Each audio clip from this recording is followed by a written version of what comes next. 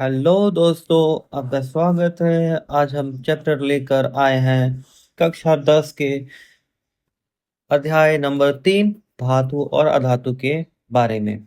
साथियों, मैं इस चैप्टर में आपको एनसीईआरटी के लाइन बाय लाइन में आपको पढ़ाऊंगा, क्योंकि मैं इसलिए ऐसा पढ़ाता हूँ कि क्या होता है कि बुक से कुछ चीज़ें ऐसी रह जाती है जो आप नहीं पढ़ते हो, और अलग अलग मटेरियल यूट्यूब पे आप देखते हो, वो जो पढ़ाते हैं आप पढ़ लेते हो, लेकिन सवाल जब एग्जाम में आता है तो उसी बुक से उस इंफॉर्मेशन को निकाला जाता है जो आपने बुक से नहीं पढ़ा होगा। तो ये चीजें मैं कवर कराता हूँ कि आप बुक का एक पार्ट भी ना छोड़े, सारे पार्ट कवर करें। ठीक है, तो मैं स्टार्ट करता हूँ टाइम वेस्ट किए बिना धातु और अधातु के बारे में। साथियों, कि आप 9वीं कक्षा में आपने कई तत्वों के बारे में पढ़ा। आपने देखा कि किस प्रकार तत्वों को उनके उनके गुणधर्म के आधार पर धातु और अधातु में वर्गीकृत किया जाता है। ठीक है, तो हम लोग सबसे पहले समझेंगे कि धातु जो भौतिक गुणधर्म है वो क्या होता है, फिजिकल जो है वो क्या होता है। तो सबसे पहले धातु का हम लोग समझेंगे।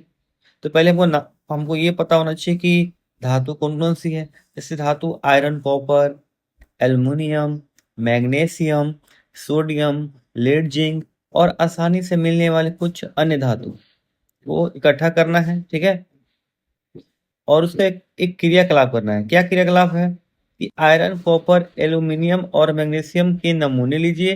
प्रत्येक नमूना कैसा दिखाई देता है उस पर ध्यान दीजिए।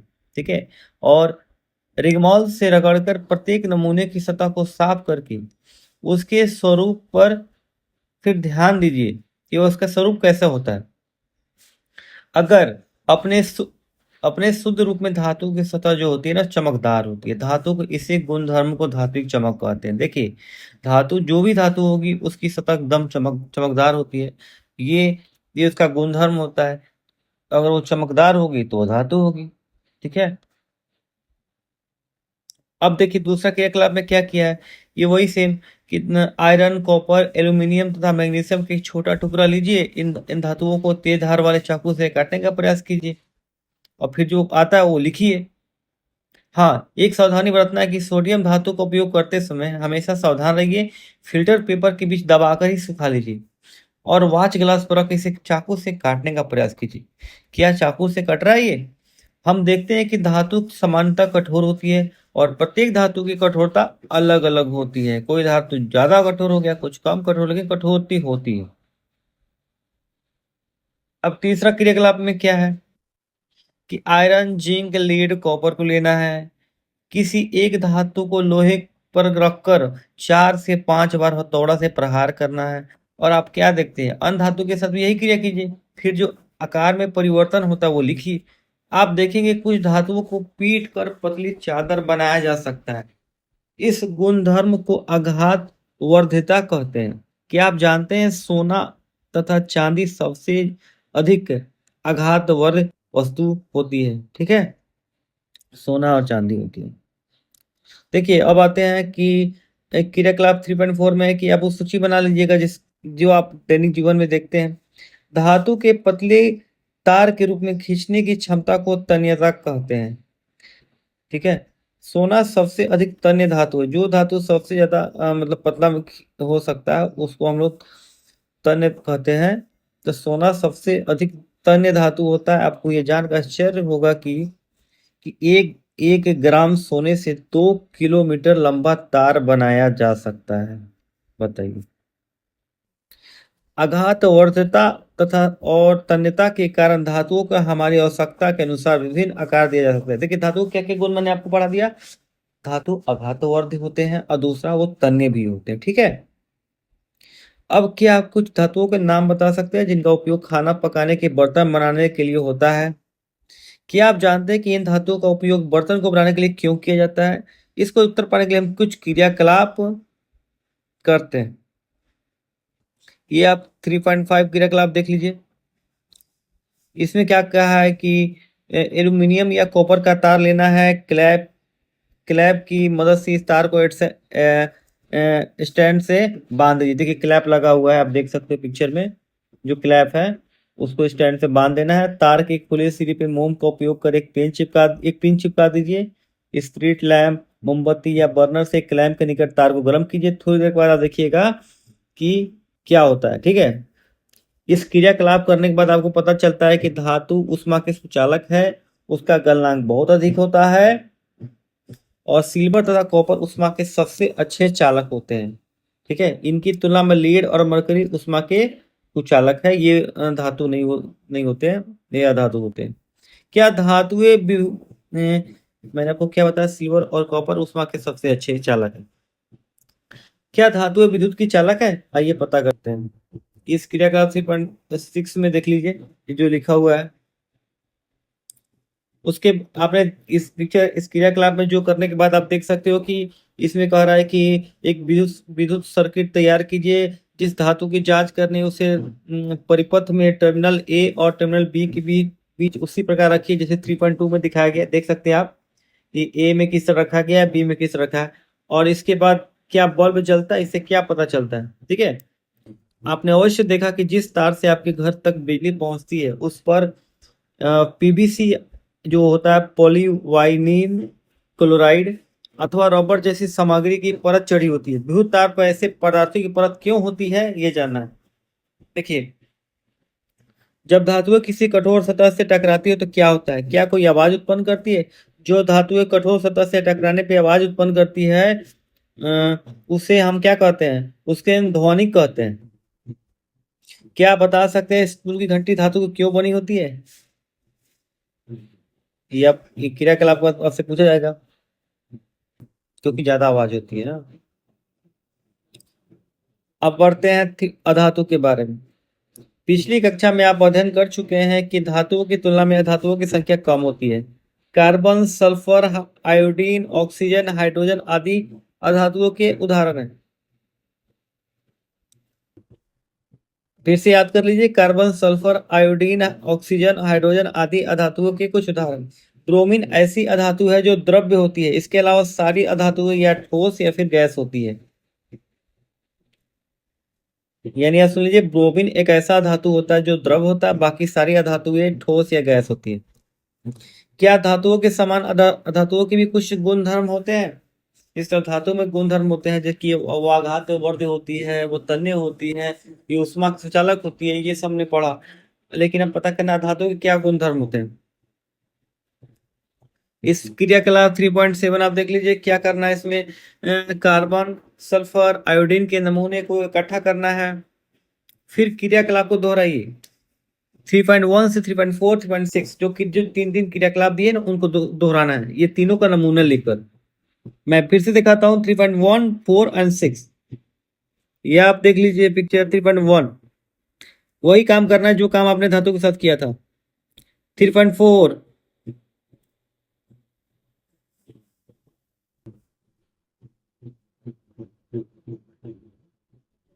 3.5 देख लीजिए।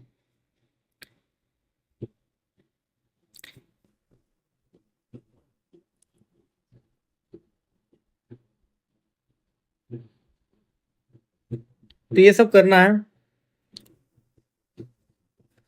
और धातु और अधातु से संबंधित जो धातु में क्या हुआ था, धातु में क्या हुआ था, वो सारे रिकॉर्ड को आप एक ग्रुप में मतलब ऐड कीजिए और उसमें देखिए। अब इसमें लिखे हैं कि सरनी 3.1 में जो हम लोग प्रेक्षण बनाए थे, अपनी कक्षा में धातु और अधातुओं के सामान्य गुणधर्म की चर्चा कीजिए। और आप इस निष्कर्ष से पहुंच गए होंगे, केवल भौतिक गुणधर्म के आधार पर हम तत्वों का वर्गीकरण नहीं कर सकते हैं। कि अगर हम जो फिजिकल एक्टिविटी कर रहे हैं और हमको लग रहा है कि ये हो गया, तो इससे हम इसको इस धातु मान लेते हैं, इसमें अधातु मान लेते हैं, तो ये नहीं, इसे कुछ अपवाद होते हैं। जैसे बताता हूँ, देखो मरकरी जो होता है, मरकरी को छोड़कर सारी धातुएं कमरे के ताप पर ठोस अवस्था में पाई जाती है। क्रियाकलाप आपने 3.5 में देखा होगा, धातुओं का गलनांक अधिक होता है, लेकिन गैलियम और सीजियम का गलनांक बहुत कम होता है। देखिए, गैलियम सीजियम भी धातु होता है, लेकिन आपने पढ़ा कि 3.5 जब आप अपने जब फिजिकल एक्टिविटी किया तो उसमें आपने देखा कि धातु गलनांक अधिक होता है, लेकिन गैलियम और सीजियम का गलनांक बहुत कम। तो क्या ये दोनों अधातु है? नहीं, ये भी धातु है, लेकिन ये अपवाद में आती है। यदि आप अपनी हथेली पे इन धातुओं को रखेंगे तो ये पिघलने लगेगी। ठीक है, दूसरा आयोडीन अधातु है, फिर भी चमकीला होता है। मैंने आपसे पहले पिछले चैप्टर में क्या पढ़ा, पिछले भाग में क्या पढ़ा कि धातु में क्या होती है, चमक ज्यादा होती है, चमकदार होती है। तो भाई चमकदार होती है तो क्या वो तो आयोडीन भी चमकदार होती है, तो क्या वो धातु है? नहीं, वो अधातु है। तो ये सब अपवाद है। कार्बन ऐसी अधातु है जो विभिन्न रूपों में विद्यमान रहती है। प्रत्येक रूप को रूप अपरूप कहते हैं। हीरा कार्बन का ही एक अपरूप होता है।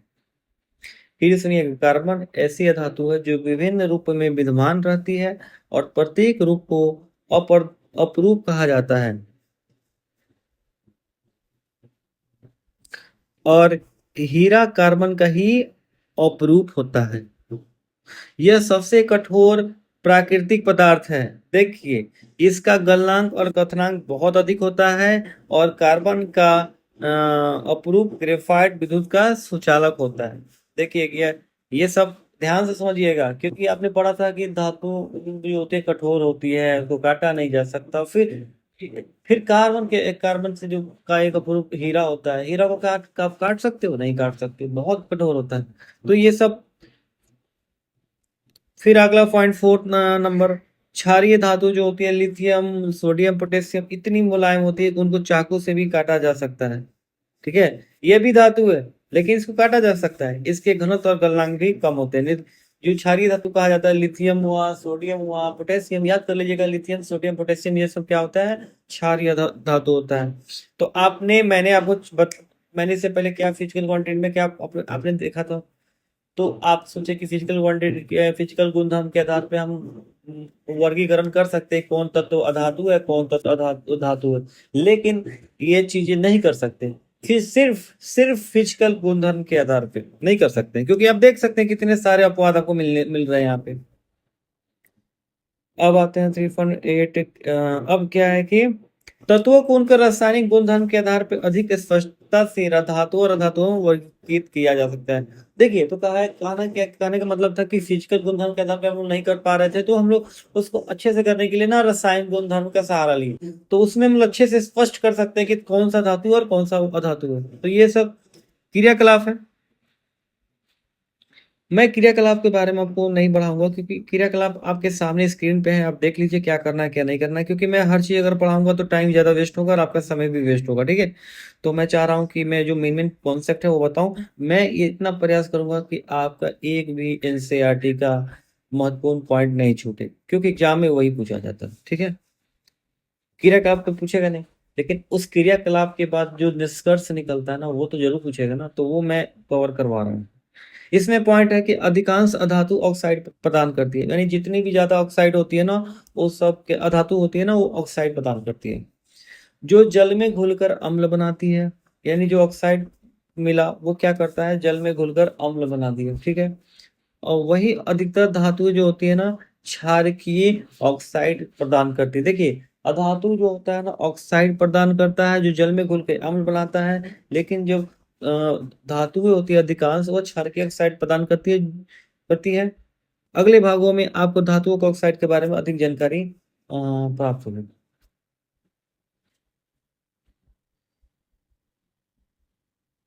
अब हम पढ़ेंगे धातुओं के रासायनिक गुणधर्म के बारे में। इसमें कुछ क्वेश्चंस है जिसमें धातु को उदाहरण देना है कि कमरे के ताप पे द्रव्य कौन होता है, जो आपने पढ़ा मरकरी होता है। उष्मा की सबसे अच्छी चालक कौन होती है, आपने उसमें पढ़ा। फिर आघातवर्ध और तन्य का अर्थ बताइए। चाकू से आसानी से काटा जा सकता है, उसके नाम बताइए। उष्मा की कुचालक कौन होता है, ये बताइए। क्या मैं ये जवाब देना पड़ेगा? अगर आपको अगर कहना है तो मैं बता सकता हूँ। अब आते हैं धातुओं के रासायनिक गुणधर्म के बारे में। इसके बारे में हम लोग पढ़ा था कि हम 3.21 एंड 3.24 में पढ़ेंगे। इसके लिए निम्नलिखित धातुओं के कुछ नमूने इकट्ठा करना है। Aluminium, copper, iron, red, magnesium, zinc, sodium, ये सबको नमूने इकट्ठा करना है। अगला पॉइंट है, धातुओं को वायु में दहन करने से क्या होता है। ठीक है, लगभग सभी धातुएं ऑक्सीजन के साथ मिलकर संगत धातु का ऑक्साइड बनाती है। सभी धातु जो होती है ऑक्सीजन के साथ मिलकर ऑक्साइड बनाती है। इसमें लिखा हुआ धातु प्लस ऑक्सीजन और धातु ऑक्साइड। उदाहरण के लिए, जब कॉपर को वायु की उपस्थिति में गर्म किया जाता है तो ये ऑक्सीजन के साथ मिलकर कॉपर ऑक्साइड बनाता है। एल्युमिनियम एल्युमिनियम ऑक्साइड प्रदान करता है। अध्याय 2 में आपने देखा कि कॉपर ऑक्साइड हाइड्रोक्लोरिक अम्ल से कैसे अभिक्रिया करता है। हम सभी जानते हैं कि धातु ऑक्साइड की प्रकृति जो होती है क्षारकीय होती है। धातु ऑक्साइड की प्रकृति अधातु की अम्लीय होती है, धातु की क्षारकीय होती है। लेकिन एल्यूमिनियम ऑक्साइड, जिंक ऑक्साइड जैसी कुछ धातु ऑक्साइड अम्लीय और क्षारकीय दोनों प्रकार के व्यवहार प्रदर्शित करते। देखिए अभी तक आपने क्या पढ़ा था कि धातु जो होती है ना, धातु ऑक्साइड की प्रकृति जो क्षारकीय होती है, लेकिन अधातु की क्या होती है, अम्लीय होती है। लेकिन यहाँ पे एल्यूमिनियम ऑक्साइड देख लिया, जिंक ऑक्साइड देख लिया, ये सब धातु अम्लीय भी होती है और क्षारकीय दोनों व्यवहार दिखाती है। तो ऐसी धातु ऑक्साइड जो अम्ल और क्षारक दोनों से अभिक्रिया कर लवण और जल प्रदान करते हैं, उसे हम लोग उभयधर्मी ऑक्साइड कहते हैं। और अम्ल क्षार के साथ एल्यूमिनियम ऑक्साइड इस प्रकार से अभिक्रिया करता है, जो आप पिक्चर में देख सकते हो। अधिकांश धातु ऑक्साइड जल में अघुलनशील है, यानी धातु जो होती है ना घुलती नहीं है। इनमें कुछ जल में घुलकर क्षार प्रदान करते हैं। सोडियम ऑक्साइड और पोटेशियम ऑक्साइड निम्नलिखित प्रकार से जल में घुलकर क्षार प्रदान करते हैं। क्रियाकलाप 3.9 में हमने देखा, क्रियाकलाप 3.9 क्या है देख लीजिए आप फिर से एक बार, क्या करना है इसमें देख लिया आपने। तो अब इसका क्या निष्कर्ष निकला है, ये देखिए। हमने देखा कि ऑक्सीजन के साथ सभी धातु एक ही दर से अभिक्रिया नहीं करती है, यानी जितना भी धातु होता है ना, वो एक ही रेट से अभिक्रिया नहीं करता ऑक्सीजन के साथ। विभिन्न धातुएं ऑक्सीजन के साथ विभिन्न अभिक्रियाशीलता प्रदर्शित करती है, यानी जो अलग अलग धातु होते हैं ना, वो सब ऑक्सीजन के साथ भी अलग अलग अभिक्रिया प्रदर्शित करती है। पोटेशियम और सोडियम धातु जो होती है ना, जैसे कुछ धातुआ तेजी से अभिक्रिया करती है, खुले में रखने पे आग लग जाती है। इसलिए इन्हें सुरक्षित और रखने और आकस्मिक आग को रोकने के लिए केरोसिन तेल में डुबो कर रखा जाता है, ठीक है, कि ताकि ये जल्दी से आग ना पकड़े। समान ताप पर मैग्नीशियम, एल्यूमिनियम, जिंक, लेड आदि धातुओं की सतह पे ऑक्साइड की पतली परत चढ़ जाती है। ऑक्साइड की ये परत धातुओं को पुनः ऑक्सीकरण से सुरक्षित रखती है। गर्म करने पर आयरन का दहन तो नहीं होता, लेकिन बर्नर की ज्वाला में लौह चून डालते हैं तो तेजी से जलने लगता है, ठीक है। कॉपर का दहन तो नहीं होता, लेकिन गर्म ताप पे ऑक्साइड की काली परत चढ़ जाती है। सिल्वर और गोल्ड अत्यधिक ताप पे ऑक्सीजन के साथ अभिक्रिया नहीं करते हैं। ये सब प्रयोग मिला है। अब ये आता है, देखिए यही कॉन्सेप्ट आपको नहीं बताएगा यूट्यूब के अलग क्लासेज, क्योंकि ये सब किताब की बारीक चीज है, जिसको आपको यहाँ पढ़ने से ही पता चलेगा। उसके एनोडीकरण, एनोडीकरण क्या है? एनोडीकरण एल्युमिनियम पर मोटी ऑक्साइड की परत बनाने की प्रक्रिया है। वायु के संपर्क में आने पर एल्युमिनियम पर ऑक्साइड की पतली परत का निर्माण होता है। एल्युमिनियम ऑक्साइड की परत इसे संक्षारण से बचाती है। इस परत को मोटा करके इसे संक्षारण से अधिक सुरक्षित किया जा सकता है। एनोडीकरण के लिए एल्युमिनियम की एक खास वस्तु को एनोड बनाकर तनु सल्फ्यूरिक अम्ल के साथ इसका विद्युत अपघटन किया जाता है। एनोड पर उपस्थित ऑक्सीजन गैस एल्युमिनियम के साथ अभिक्रिया करके ऑक्साइड की एक मोटी परत बनाती है। इस ऑक्साइड की परत को आसानी से रंगकर एल्युमिनियम की आकर्षक वस्तुएं बनाई जा सकती है। तो आपने पढ़ क्या समझा इससे, कि एनोडीकरण जो होता है एल्युमिनियम पर मोटी ऑक्साइड बनाने की एक प्रक्रिया है।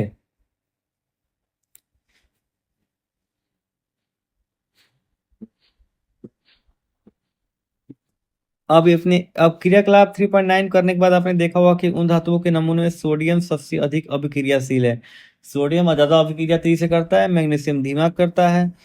और ये सोडियम की अपेक्षा कम अभिक्रियाशील है, लेकिन ऑक्सीजन में दहन करने पे हमें जिंक, आयरन, कॉपर, लेड की अभिक्रियाशीलता का पता नहीं चलता है। इससे हमको पता चलता है कि धातुओं की अभिक्रियाशीलता जो होती है ना, वो अलग अलग होती है। अब धातु जल के साथ अपक्रिया करता है तो क्या होता है, यह देख लीजिए क्रियाकलाप क्या करना है आपको।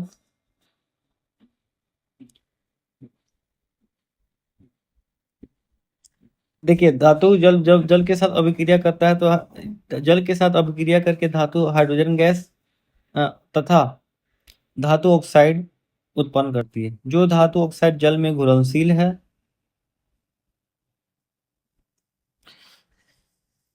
और जल में घुलकर धातु हाइड्रोक्साइड प्रदान करती है, लेकिन सभी धातु जल के साथ अभिक्रिया नहीं करती है। पोटेशियम और सोडियम जैसे धातु ठंडे जल के साथ तेजी से अभिक्रिया करते हैं। सोडियम और पोटेशियम की अभिक्रिया तेज होती है और ऊष्माक्षेपी होती है। इससे उत्सर्जित जो हाइड्रोजन होता है वो तत्काल प्रज्वलित हो जाता है, इसमें आग पकड़ लेता है। जल के साथ कैल्शियम की अभिक्रिया थोड़ी धीमी होती है। यहाँ उत्सर्जित ऊष्मा हाइड्रोजन के प्रज्वलित होने के लिए पर्याप्त नहीं होती है।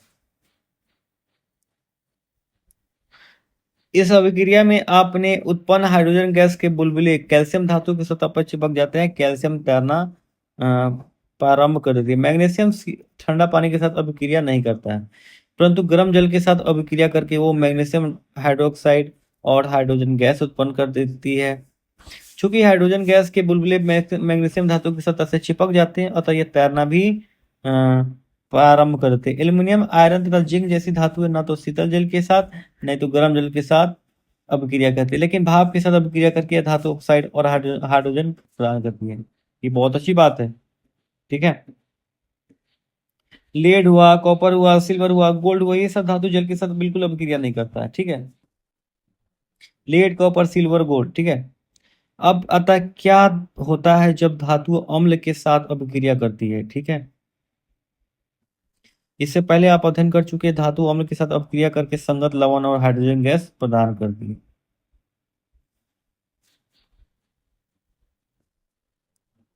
अब इसमें आप ये देख लीजिए क्रियाकलाप 3.11। देखिए एनसीईआरटी की यही खास बात है, क्रियाकलाप दिए रहते हैं, उसको आप लैब में प्रयोग कर सकते हैं।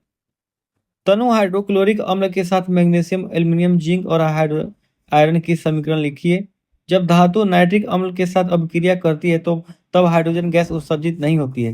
यानी कह रहा है कि जब नाइट्रिक अम्ल के साथ अभिक्रिया करती है ना तो हाइड्रोजन गैस बिल्कुल उत्सर्जित नहीं होती, क्योंकि HNO3 एक प्रबल ऑक्सीकारक होता है जो उत्पन्न H2 को ऑक्सीकृत करके जल में परिवर्तित कर देता है, जो स्वयं नाइट्रोजन के किसी ऑक्साइड में अवचयित हो जाता है। लेकिन मैग्नीशियम, मैग्नीज और तनु HNO3 के साथ अभिक्रिया करके H2 गैस उत्सर्जित करते हैं।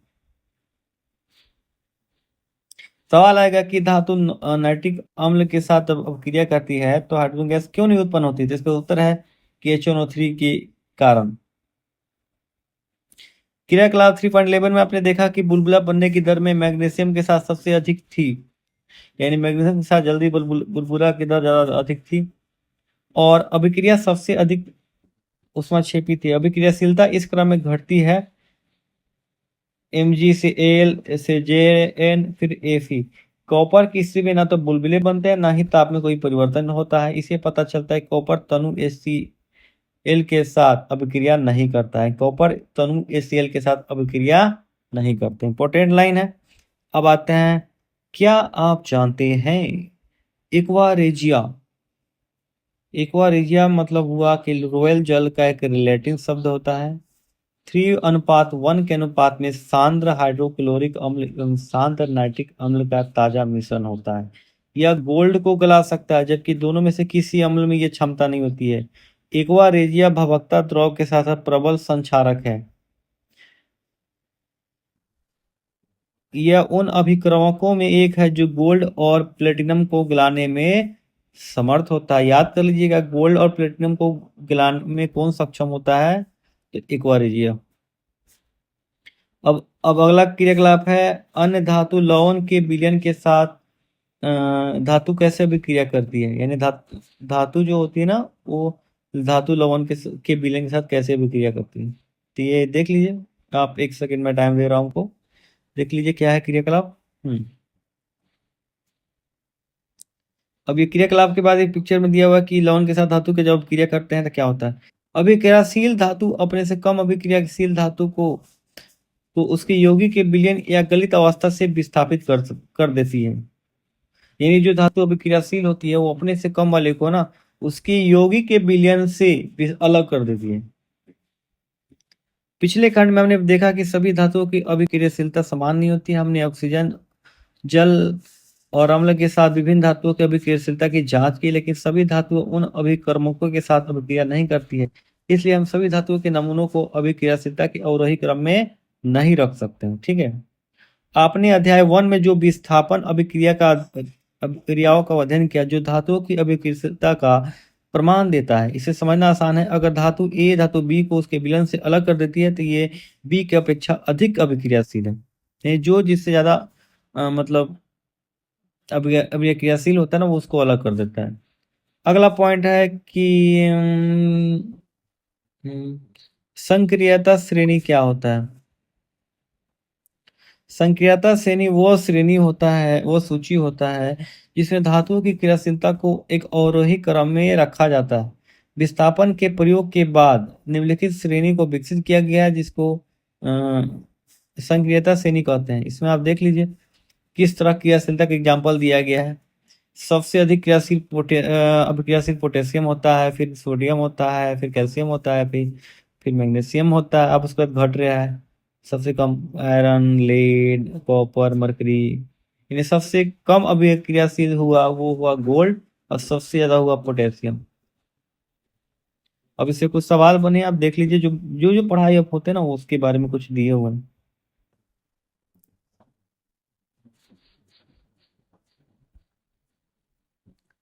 अब धातु अधातुओं से कैसे अभिक्रिया करती है, ठीक है।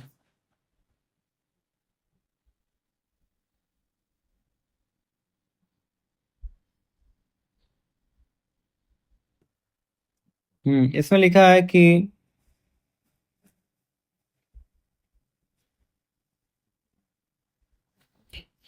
सारणी 3.3 में हम देख सकते हैं कि सोडियम परमाणु के बाहरतम कोर्स में एक इलेक्ट्रॉन है। यदि हम एम कोष से एक इलेक्ट्रॉन को त्याग देते तो एल कोष इसका बाहरतम कोष बन जाता है, जिसमें अस्थायी अष्टक उपस्थित है। इस परमाणु के नाभिक में 11 प्रोटॉन होते हैं, लेकिन इलेक्ट्रॉनों की संख्या 10 होने के कारण इसमें धन आवेश की अधिकता होती है।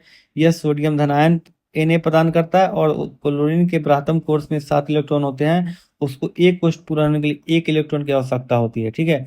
यदि सोडियम और क्लोरीन अभिक्रिया करे तो सोडियम द्वारा त्यागा गया एक इलेक्ट्रॉन क्लोरीन ग्रहण कर लेता है, और एक इलेक्ट्रॉन ग्रहण करके क्लोरीन परमाणु ऋण आवेश प्रदान करता है, क्योंकि इसके नाभिक में 17 प्रोटॉन होते हैं।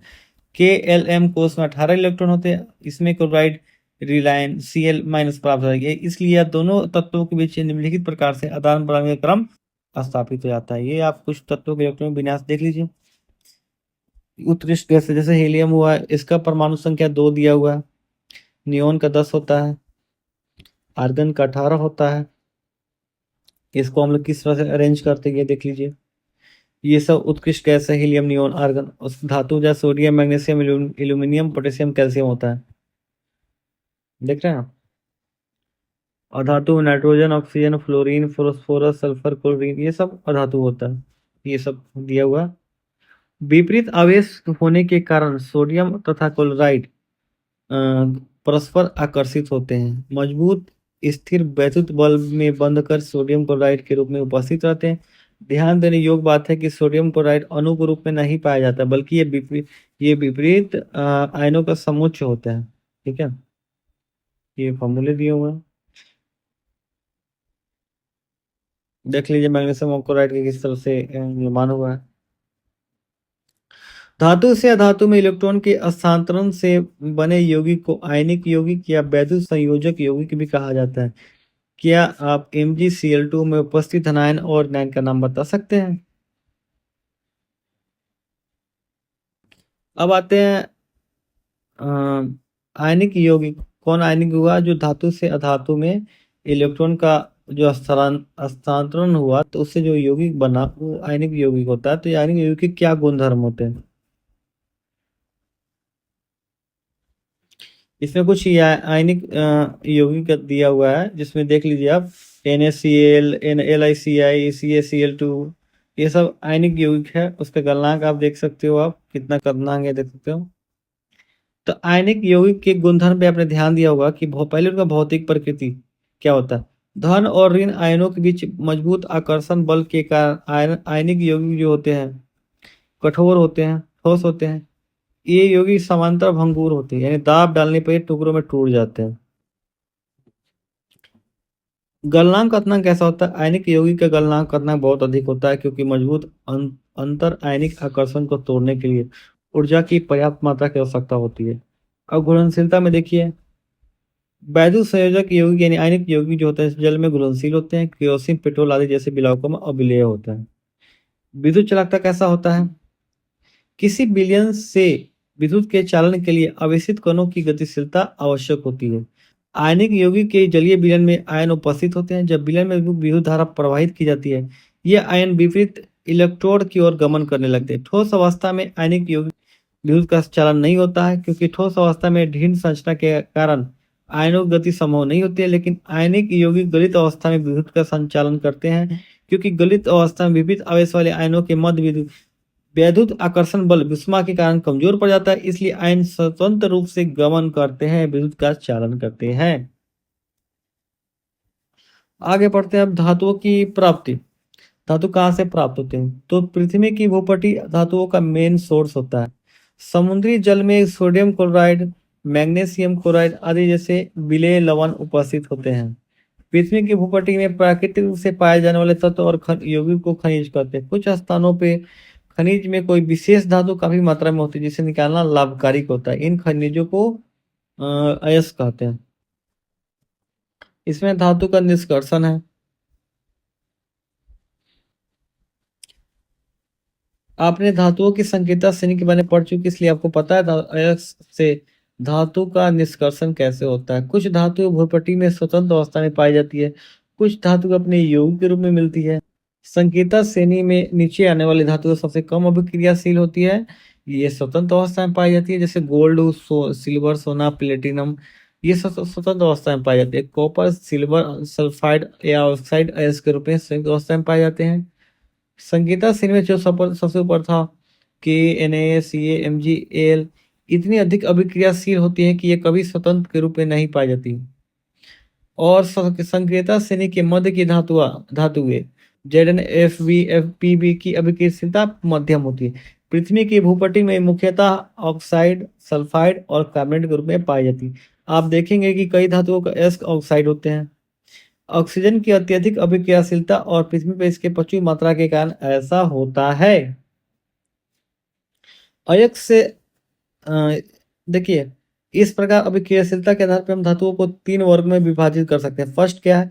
निम्न अभिक्रियाशील धातु, दूसरा मध्यम, तीसरा उच्च अभिक्रियाशील धातु। प्रत्येक वर्ग में आने वाली धातुओं को प्राप्त करने के विभिन्न तरीकों का उपयोग किया जाता है। ठीक है। अब अयस्क से शुद्ध धातु का निष्कर्षण कई चरणों में होता है। इन चरणों का जो सारांश होता है ना, वो 3.10 में दिया हुआ है। अब अगला 3.10 कहाँ गया, ये देख लीजिए, इसमें दिया हुआ है कैसा धातु निष्कर्षण हुआ है। अब अयस्कों का समृद्धिकरण। पृथ्वी से खनित अयस्क में मिट्टी, तेल, मिट्टी, रेत आदि जैसी कई अशुद्धियां होती है, जिन्हें गैंग कहते हैं। धातुओं के निष्कर्षण से पहले अयस्क से अशुद्धियों को हटाना पड़ता है। अयस्क से गैंग को हटाने के लिए जिन प्रक्रिया का उपयोग होता है, ये अयस्क एवं गैंग के भौतिक और रासायनिक गुणधर्म पे आधारित होते हैं। इसे पृथक करने के लिए विभिन्न तरीके अपनाई जाती हैं। अब अगला पॉइंट है संक्रियता श्रेणी से नीचे आने वाली धातुओं का निष्कर्षण। संक्रियता श्रेणी से नीचे आने वाली धातुओं काफी अनभिक्रिया होती है।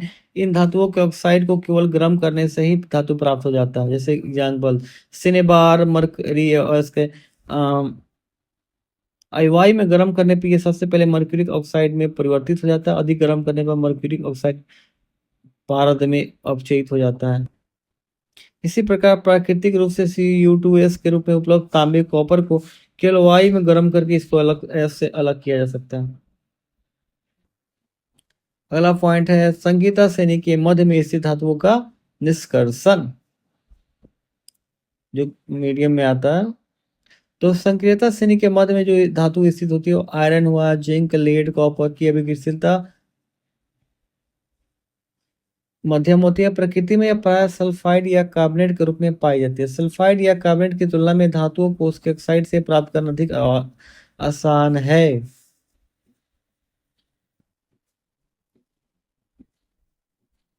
अपचयन से पहले धातु के सल्फाइड या कार्बोनेट को धातु ऑक्साइड में परिवर्तित करना आवश्यक होता है। सल्फाइड अयस्क को वायु की उपस्थिति में अधिक ताप पर गर्म करने पर यह ऑक्साइड में परिवर्तित हो जाता है। इस प्रक्रिया को भंजन कहते हैं। कार्बोनेट अयस्क को सीमित वायु में अधिक ताप पर गर्म करने पर ऑक्साइड में परिवर्तित हो जाता है। इस प्रक्रिया को निस्तापन करते हैं। इंपॉर्टेंट लाइन है, भर्जन किसे कहते हैं और निस्तापन किसे कहते हैं। फिर से पढ़ते हैं। जब सल्फाइड अयस्क को वायु की उपस्थिति में अधिक ताप पे गर्म करते हैं ना, तो ऑक्साइड में परिवर्तित हो जाता है, इसे भर्जन कहते हैं।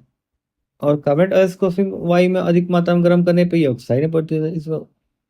यानी अगर सल्फाइड को गर्म करेंगे तो वर्जन कहलाता है, कार्बोनेट अयस्क को गर्म करते हैं ऑक्साइड, तो उसको हम निस्तापन।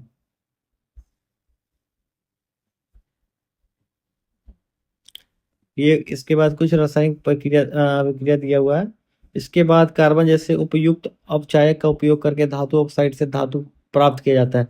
उदाहरण के लिए जब जिंक ऑक्साइड को कार्बन के साथ गर्म किया जाता है तो वह जिंक धातु में अपचयित हो जाता है।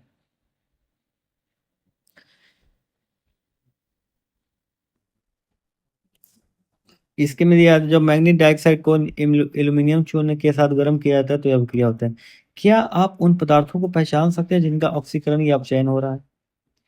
यह विस्थापन अभिक्रिया अत्यधिक उष्मा क्षेपी होती है। इसमें उत्सर्जित उष्मा की मात्रा इतनी अधिक होती है, धातु गलित अवस्था में प्राप्त होती है।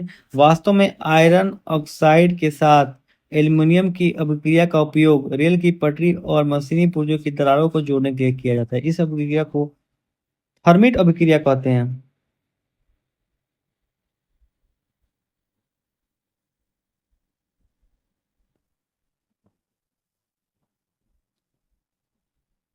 हम लोगों ने आज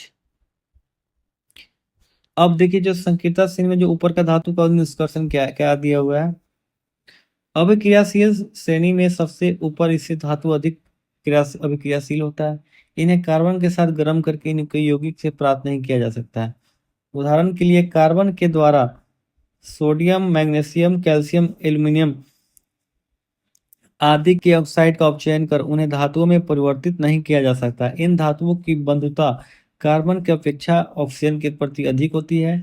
इन धातुओं को विद्युत अपघटनी चयन द्वारा प्राप्त किया जाता है। उदाहरण के लिए सोडियम, मैग्नीशियम और कैल्शियम को उनकी गलित क्लोराइड के विद्युत अपघटन से प्राप्त किया जाता है। कैथोड ऋण आवेशित इलेक्ट्रोड पर धातुएं निक्षेपित हो जाती है। एनोड पर क्लोरीन मुक्त होती है। अभिक्रिया इस प्रकार है।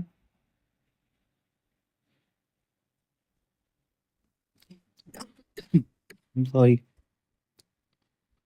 एल्यूमिनियम ऑक्साइड के अपघटनी अपचयन से एल्यूमिनियम प्राप्त होता है। अब क्या धातुओं का परिष्करण, तो ऊपर वर्णित विभिन्न अपचयन प्रक्रमों से धातुएं पूर्ण रूप से शुद्ध नहीं होती। इसमें अपद्रव्य होते हैं जिन्हें हटाकर शुद्ध प्राप्त धातु प्राप्त किया जाता है। धातुओं से अपद्रव्य को हटाने के लिए सबसे अधिक प्रचलित विधि विद्युत अपघटनी परिष्करण होता है। तो क्या होता है देखिए, इसमें क्या किया जाता है कि copper, zinc, tin, nickel, silver, gold आदि जैसे अनेक धातुओं का परिष्करण विद्युत अपघटन द्वारा किया जाता है। इस प्रक्रिया में अशुद्ध धातुओं को एनोड और शुद्ध धातु की पतली परत को कैथोड बनाया जाता है। धातु के लवण विलयन का उपयोग कर विद्युत अपघटय के रूप में किया जाता है। विद्युत अपघटय से जब धातु प्रवाहित किया जाता है तब एनोड पे स्थित अशुद्ध धातु विद्युत अपघटय में घुल जाती है। इतनी ही मात्रा में शुद्ध धातु विद्युत अपघटय से कैथोड पे निक्षेपित हो जाती है। विलेय अशुद्धियां विलयन में चली जाती है और विलेय अशुद्धियां एनोड पर निक्षेपित हो जाती है। इसे एनोड पंख कहते हैं। ठीक है। अब आते हैं संक्षारण। संक्षारण क्या होता है? संक्षारण के बारे में अपने अध्याय 1 में पढ़ चुके हैं, इसका अध्ययन कर चुके हैं। खुली वायु में कुछ दिन छोड़ देने पर सिल्वर की वस्तु काली हो जाती है। सिल्वर का वायु में उपस्थित सल्फर के साथ अभिक्रिया कर सिल्फर सल्फाइड की परत बनने के कारण ऐसा होता है। ये सब क्रियाकलाप है। इसमें कॉपर वायु में उपस्थित आर्द्र कार्बन डाइऑक्साइड के साथ अभिक्रिया करता है जिससे उसकी सतह से धीरे धीरे भूरे रंग की चमक धीरे खत्म हो जाती है। इस पे हरे रंग की परत चढ़ जाती है। यह हरा पदार्थ बेसिक कॉपर कार्बोनेट होता है। लंबे समय तक आर्द्र वायु में रहने पे लोहे पे भूरे रंग की पदार्थ की परत चढ़ जाती है, जिसे जंग कहते हैं। ठीक है। अब है संक्षारण से सुरक्षा कैसे होता है। ये एग्जाम में बहुत पूछता है।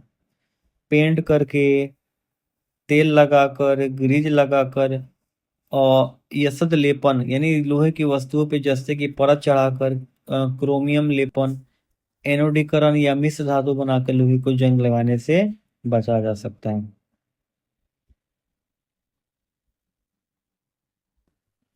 इसमें है कि लोहे एवं इस्पात को जंग से सुरक्षित रखने के लिए उन पर जिंक की पतली परत चढ़ाने को हम लोग क्या कहते हैं? यसद लेपन कहते हैं। जंग की परत नष्ट होने के बाद भी यसद लेपित वस्तुएं जंग से सुरक्षित रहती है। क्या आप इसका कारण बता सकते हो? बताता हूँ। लोहा सर्वाधिक उपयोग में आने वाली धातु है, लेकिन कभी शुद्ध अवस्था में इसका उपयोग नहीं किया जाता है। ऐसा इसलिए क्योंकि लोहा शुद्ध लोहा अत्यंत नर्म होता है।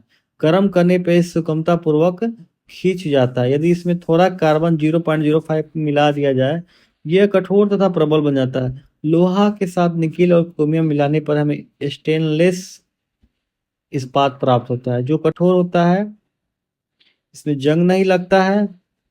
यदि हम लोहे के साथ कोई अन्य पदार्थ मिश्रित करते हैं, इसके गुणधर्म बदल जाते हैं। वास्तव में कोई अन्य पदार्थ मिला देने से किसी भी धातु का गुणधर्म बदला जा सकता है। वह पदार्थ, धातु, अधातु कुछ भी हो सकता है। दो या दो से अधिक धातुओं के समांगिक मिश्रण को मिश्र धातु कहते हैं। इसे तैयार करने के लिए पहले मूल धातु को गलित अवस्था में लाया जाता है, फिर उसके बाद दूसरे तत्वों के एक निश्चित अनुपात में विलीन किया जाता है। इसे कमरे के ताप पर स्थलीकृत किया जाता है। क्या आप जानते हैं शुद्ध सोने को 24 कैरेट कहते हैं? यह काफी नर्म होता है, इसलिए आभूषण बनाने के लिए उपयुक्त नहीं होता है। कठोर बनाने के लिए इसमें चांदी तांबा मिलाया जाता है। भारत में अधिकांश आभूषण बनाने के लिए 22 कैरेट सोने का उपयोग किया जाता है। इसका तात्पर्य यह है 22 भाग शुद्ध सोने में 2 भाग तांबा और चांदी का मिलाया जाना। यदि कोई एक धातु पारद है, इसके मिश्र धातु को अमलगम कहते हैं। शुद्ध धातु की अपेक्षा इसके मिश्र धातु की विद्युत चालकता और गलनांक कम होता है। उदाहरण के लिए तांबा और जस्ता की मिश्र धातु पीतल, ताम्र, पीतल तथा ताम्र एवं टीन की मिश्र धातु कांसा होती है। ये विद्युत के कुछ चालक होते हैं, लेकिन ताम्र का उपयोग विद्युतीय परिपथ में बनाने में किया जाता है। सीसा एवं टीन की मिश्र धातु सोल्डर है, इसका गलनांक बहुत कम होता है। इसका उपयोग विद्युत तारों की व्यवस्था वेल्डिंग के लिए हो जाता है। यानी वेल्डिंग के लिए सीसा मतलब सोल्डर का यूज होता है। प्राचीन भारतीय धातु काम का चमत्कार इन्होंने क्या किया था? 1600 वर्ष पूर्व भारत के लौह कर्मियों ने दिल्ली में एक लौह स्तंभ बनाया था। इन्हें जंग से लोगों को बचाने के लिए एक विधि विकसित की। इस स्तंभ की जंगता का प्रतिरोधकता का अवलोकन कई विश्व के वैज्ञानिक कर चुके हैं। यह स्तंभ कुतुब मीनार के निकट स्थित है। यह लौह स्तंभ 8 मीटर ऊंचा और इसका भार 6 टन है। तो ये पूरा चैप्टर हमने कवर किया। इस चैप्टर में आपने क्या सीखा, अच्छे से एकदम देख लीजिए आपने क्या सीखा। इसमें लिखा है कि तत्वों को धातुओं एवं अधातुओं में वर्गीकृत किया जा सकता है। धातुएं तन्य, आघातवर्ध, चमकीली, उष्मा तथा विद्युत की सुचालक होती है। पारद के अलावा सभी धातुएं कमरे के ताप पर ठोस होती है। कमरे के ताप पर पारद द्रव्य होता है। ठीक है। धातुएं विद्युत धनात्मक तत्व होते हैं, क्योंकि ये धातुओं को इलेक्ट्रॉन देकर स्वयं धन आयन में परिवर्तित हो जाते हैं। ऑक्सीजन के साथ संयुक्त होकर धातुएं क्षारकीय ऑक्साइड बनाती है। एल्यूमिनियम ऑक्साइड एवं जिंक ऑक्साइड क्षारकीय ऑक्साइड तथा अम्लीय डाई ऑक्साइड दानों की गुणधर्म प्रदर्शित करती है। इन ऑक्साइड को उभयधर्मी ऑक्साइड कहते हैं।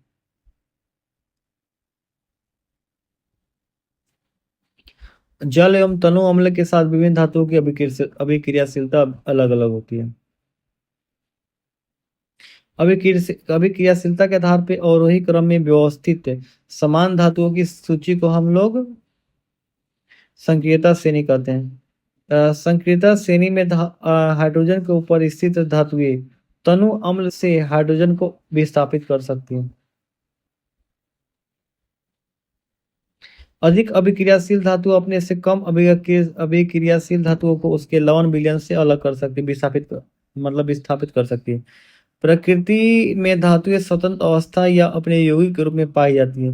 अयस्क से धातु का निष्कर्षण और उसका परिष्करण कर उपयोगी बनाने की प्रक्रम को धातु कर्म कहते हैं। दो या दो से अधिक धातुएं तथा अथवा एक धातु या एक अधातु के समांगी मिश्रण को मिश्र धातु कहते हैं। लंबे समय तक आर्द्र वायु के संपर्क में रहने से लोहा कुछ धातुओं की सतह संक्षारित हो जाता है। इस परिघटना को संक्षारण कहते हैं।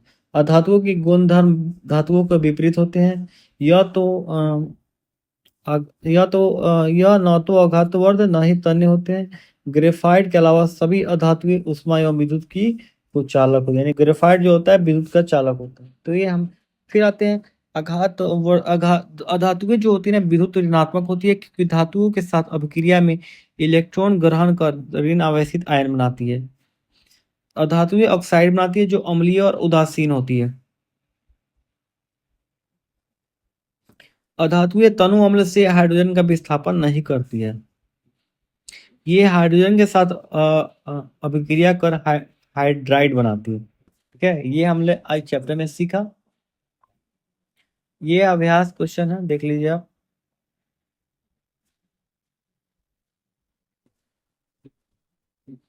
इसको वीडियो को रोक करके आप सारे क्वेश्चन देख लीजिएगा, एग्जाम के लिए बहुत ही उपयोगी है।